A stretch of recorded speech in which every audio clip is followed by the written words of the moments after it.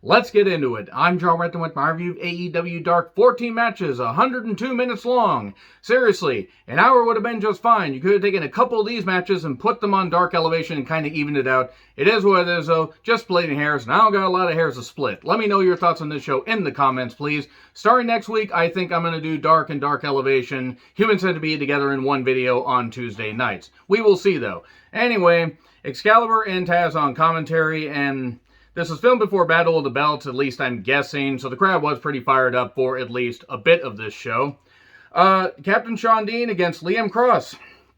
Maybe they'll start using Shawn Dean more. Cross got in a few shots, if you will. He crossed him a bit. Okay, that didn't work, but big splash from Captain Shawn Dean. 1, 2, 3. Not bad. And maybe Shawn Dean will get featured a little bit. Maybe they'll do something with, that DQ win that he had over MJF. I'm not saying the guy needs to be a world champion, but utilize people you've been using on Dark and Dark Elevation, especially people in your company if you want to, expand your roster a little bit more, especially as contracts are coming up and you maybe won't renew some. Renew the right people and just build and shore things up and everything. Just feature the right people. That's all I'm asking. So, Anthony Monster Go against Baron Black. I like Baron Black. He's been, doing well on Dark and Dark Elevation. Gets to shine, especially in singles matches, though he hasn't done bad in the multi-man matches. And apparently, Anthony Monster Go, I can't help but call him that. If you get that reference, you get that reference. Him and Baron Black have trained together. And Baron got in his shots. Actually, quite a few shots. And there was a nice belly-to-belly from Anthony. Baron did fire back with a nice hammerlock backbreaker. That was unique.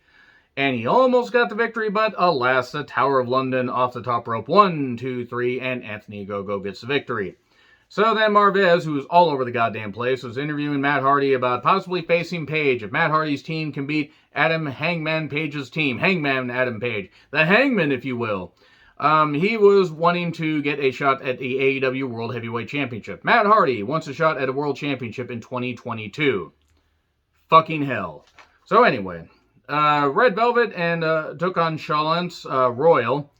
And the operatic woman, as I'm going to call her, because she just, is doing the opera stuff and cracking up commentary. She actually has some good power. Red Velvet did end up hitting the final slice and danced a little bit afterwards. That was nice, but this wasn't bad. At least it was over quick. And again, Red Velvet has some good agility, and I definitely like, the operatic part of Royal. She manages to stand out. So anyway, the Gun Club took on Patrick Scott, Tim, spelled T.I.M., and Marcus Yamcha Cross. Yamcha's here. Yamcha's dead. He's a guy with the Super Saiyan hair. So because Billy came out with the Ass Boys shirt and says Sons of a Gun, Colton and Austin left, and Billy beat all three guys in a minute. So anyway, moving on from that, Marvez interviews Garcia about facing Del Sol, who is the best friend of Sammy Guevara. So, Ty Conte and Anna Jay took on the Renegade Sisters. Charlotte with an E instead of an O. And Robin. Now, the sisters did get in some shots. Sisters. And they got beat up like sisters. Okay, that didn't work at all. But Ty was just doing the corner action and everything. And eventually we got the double Queen Slayer. I think that's how it goes. Queen Slayer, Kid. And they got the victory. Even though the illegal person was getting attacked, the referee's like, fuck it, just call it. So, J.D. Drake against Orange Cassidy. I like J.D. Drake and have been impressed since first seeing him on whatever AEW Dark program it was. The guy has, some good agility, can do a hell of a moonsault, and hits a hell of a goddamn, high kick. He really has something. And he's got a territorial look. Like, you could imagine this guy doing pretty well in the 70s and 80s as far as just, like, traveling from territory to territory. And he's unique. He's unique as far as, like, stuff he can do. Orange Cassidy can wrestle. I hate the gimmick. And therefore, I was 50-50 on this match. So it was good to see J.D. Drake. He hit the orange punch. 1, 2, 3. By the way, there were a couple masked guys also that got attacked by Taylor and Wheeler. Why? I don't know. So, you got to give the people what they want, though. So, Dante Martin took on Aaron Solo. Aaron's not bad, but he's just there to put people over. Dante really is something special. He does end up hitting a dive and then hit the double jump moonsault. Nearly hitting the ropes. Take it easy on that stuff. But 1, 2, 3. Pre-tape with Jade and Sterling. If Sky wins, then she gets a shot at Jade's championship. But if she doesn't win, she can't challenge for the TBS championship as long as Jade is champion. I'm worried that Jade is going to hold the championship till at least, All Out, whatever their late August, September pay-per-view is. I'm worried, and Jade is not fucking ready. Eddie Kingston took on Joey Janela in a match. Look, Eddie's over, and this is apparently a first-time match. Like, we haven't, it's never actually happened. So, okay, fine. I'm sure they wanted to work together. This match was, however, too competitive and too long.